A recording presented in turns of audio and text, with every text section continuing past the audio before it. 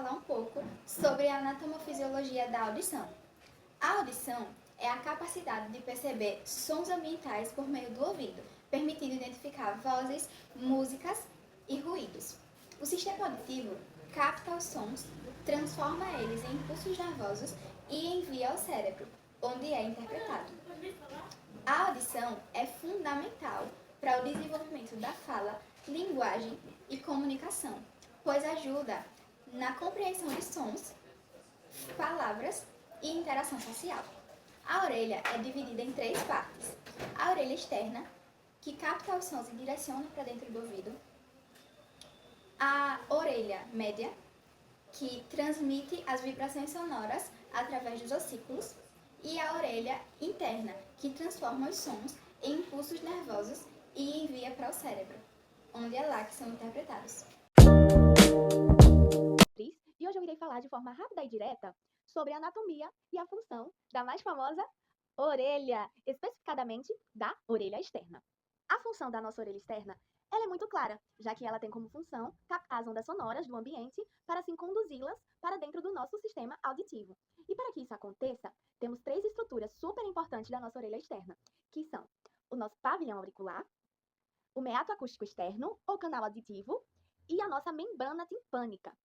E falando um pouco sobre o nosso pavilhão, é tudo aquilo que já conhecemos popularmente como a nossa orelha, essa parte externa que é feita por cartilagens elásticas. Por isso que podemos dizer um pouco que ela tem essa flexibilidade, ela é meia molenga, já que ela é feita por cartilagens. E anatomicamente falando, na estrutura do nosso pavilhão auricular, encontramos diversas regiões anatômicas importantes. Inicialmente, temos a hélice, que corresponde à borda cartilaginosa externa que contorna toda a orelha. Nessa região também está presente o tubérculo auricular, uma pequena elevação localizada na hélice. Mais internamente, observamos a antihélice, uma elevação cartilaginosa que se divide em 2 ramos, fazendo assim uma bifurcação. Entre esses ramos, encontra-se a fossa triangular. Na parte superior, localiza-se a escafa, uma depressão alongada situada entre a hélice e a antihélice. A maior área da depressão do pavilhão auricular é denominada como concha da orelha, responsável por auxiliar na captação e direcionamento das ondas sonoras. Seguindo para a região inferior e mais interna, encontramos o trago, uma projeção cartilaginosa anterior ao meato acústico externo, e o antitrago, localizado posteriormente. Entre essas 2 estruturas está a incisura intertrágica. E por fim temos o lóbulo da orelha, localizado na porção inferior do pavilhão auricular e composto principalmente por tecido adiposo. Na região mais profunda e escurecida, visualizada internamente, encontra-se o meato acústico externo, canal responsável por conduzir as ondas sonoras em direção às estruturas internas da audição. Nada é por acaso. Tudo tem uma razão. E essa estrutura facilita a captação e a condução das ondas sonoras para que elas cheguem ao nosso meato acústico externo. Estrutura que vamos falar agora. O nosso meato acústico externo, ele é muito mais do que um tubo de passagem sonora. Dividido em 2 partes, em seus 2,5 centímetros, a sua primeira porção, ela irá ser cartilaginosa, já que ela vai ser uma continuação do nosso pavilhão auricular, sendo chamada assim de terço externo. Nessa região, vão ser encontrados pelos, as glândulas sebáceas e as glândulas ceruminosas, que são responsáveis pela produção da cera, que auxilia na proteção e na limpeza do nosso ouvido. Já na parte mais profunda do nosso meato acústico externo, vamos ter os 2 terços internos, que é a parte mais fina do nosso meato acústico externo e que ela tem contato direto.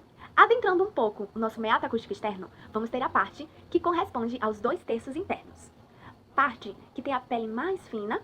E por ser a parte mais profunda do meato acústico externo, vamos ter, sim, um pouco de cartilagens, mas ela vai ser mais óssea, já que ela vai ter contato direto com os ossos do nosso temporal, auxiliando a condução do som para a nossa membrana timpânica, que vamos falar dela agora. Chegamos à nossa última estrutura da nossa orelha externa, a nossa membrana timpânica, ou tímpano. Embora pareça uma película frágil, fina e simples, a membrana timpânica ela é formada por 3 camadas diferentes, o que dá a ela elasticidade e resistência. A primeira camada que vamos conhecer é uma continuação da pele fina que reveste o meato acústico externo, chamada de cutânea. A segunda camada é o coração da membrana, chamada de fibrosa, cheia de fibras colagêneas que dão a sustentação e a elasticidade que ela precisa para vibrar. E a última camada é uma continuação da mucosa, que reveste a orelha média. Assim, o nosso pavilhão auricular, ele capta as ondas sonoras do ambiente, fazendo assim a condução para o nosso meato acústico externo, que as ondas sonoras elas passam e batem na nossa membrana timpânica, fazendo ela vibrar. Essa é a nossa orelha externa. Muito obrigada! Oi, gente, eu vim falar um pouquinho sobre a orelha média. A orelha média é a parte do ouvido responsável pela transmissão e pela amplificação do som. Dentro dela existem 3 pequenos ossos chamados de ossículos da audição, que é o martelo, a bigorna e o estribo. Eles são considerados os menores ossos do corpo humano. O martelo recebe as vibrações que estão vindo lá da membrana timpânica na orelha externa, passa para a bigorna, que passa para o estribo e vai ser encaminhado para dentro da orelha interna, lá para a cóclea.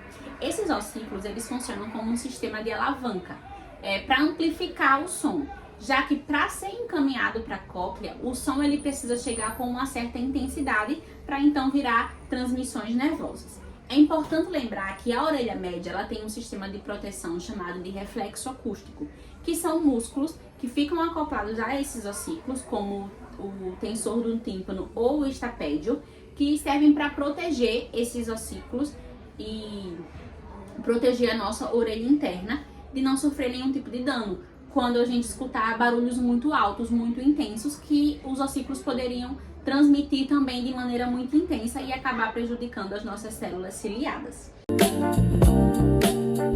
Agora nós vamos falar um pouco sobre a nossa orelha interna. Quando o som ele entra dentro do nosso ouvido, ele faz com que os nossos ossículos, juntamente com o tímpano, se vibrem e essas vibrações elas se estendem e chegam até dentro da nossa cóclea. A cóclea ela é uma estrutura que se localiza dentro da nossa orelha interna. Ela possui um formato muito parecido com a concha de um caracol e dentro da nossa cóclea possui um líquido. Esse líquido ele começa a se vibrar em ondas e se estende até o nosso órgão de Corti. O órgão de Corti ele é responsável por transmitir o meio físico para o nosso cérebro. E dentro do nosso órgão de Corti possui as células ciliadas. Elas possuem esse nome justamente porque elas possuem cílios. E esses cílios, quando chega a onda líquida, eles abrem canais para a entrada de íons e aí ocorre o evento mais importante da nossa orelha interna, que é a transformação do som em onda mecânica para onda elétrica, ou seja, em impulsos nervosos. Oi pessoal, tudo bem? Meu nome é Victoria Raíssa e eu vou explicar um pouquinho sobre o caminho do som. O nosso pavilhão auditivo, ele capta as ondas sonoras e direciona ao meato acústico externo, que é o conduto auditivo. E aí, toda essa onda, todo esse som vai bater na membrana timpânica. Até aí, nós estamos falando da orelha externa. E aí, quando o tímpano vibra, nós entraremos agora na orelha média, onde o som deixa de ser apenas ar e torna-se em onda mecânica. Quando o tímpano ele vibra, ele toca nos ossículos, que são o martelo, a bigorna e o estribo, e eles funcionam como sistema de alavanca. O estribo bate na janela oval. Até aí, nós estamos falando da orelha média. Quando o estribo bate e toca na janela oval, nós entraremos agora na orelha interna, onde ocorre a transdução. O som ele vai ao órgão de Corti, onde as células ciliadas da cóclea geram um impulso nervoso. O que é que acontece com esse impulso nervoso? Elas vão levar o som ao nervo auditivo, que vai em direção ao córtex. E lá no córtex é processado, o som é processado, ele é identificado e nomeado tudo aquilo que nós ouvimos, seja uma conversa, uma música ou qualquer som que fomos expostos.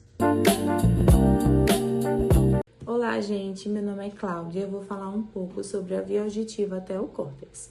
O som, ele é transmitido pelo nosso ouvido.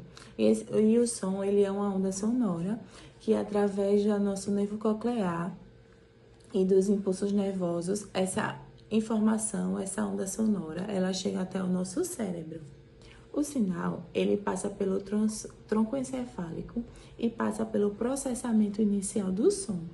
E esse processamento, ele vai dando identificação e a característica do som. Depois, essa informação, ela vai chegar até o tálamo, especificamente no corpo geniculado.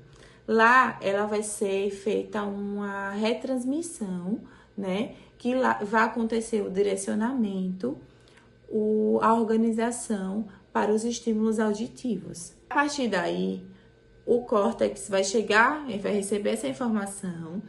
O córtex fica localizado no nosso lobo temporal e ele é responsável por identificar os aspectos do padrão de som, a frequência e a intensidade. Por fim, esse som vai chegar até o cérebro e lá vamos conseguir, ter o reconhecimento das músicas, dos sons, dos ruídos e até da interpretação da nossa fala, da nossa linguagem. Para finalizar, é importante lembrar que a audição é um processo complexo que depende de todas as estruturas que já citamos. O som é captado pela orelha externa, transmitido e amplificado pela orelha média, transformado em impulso nervoso na orelha interna e, por fim, interpretado pelo cérebro.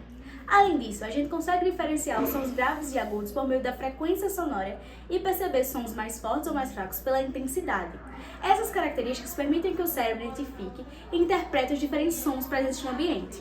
Quando ocorre alguma alteração em qualquer etapa desse processo, podem surgir dificuldades auditivas, como a perda auditiva, reforçando a importância do conhecimento da anatomia e da fisiologia da audição para a prática clínica da fonoaudiologia.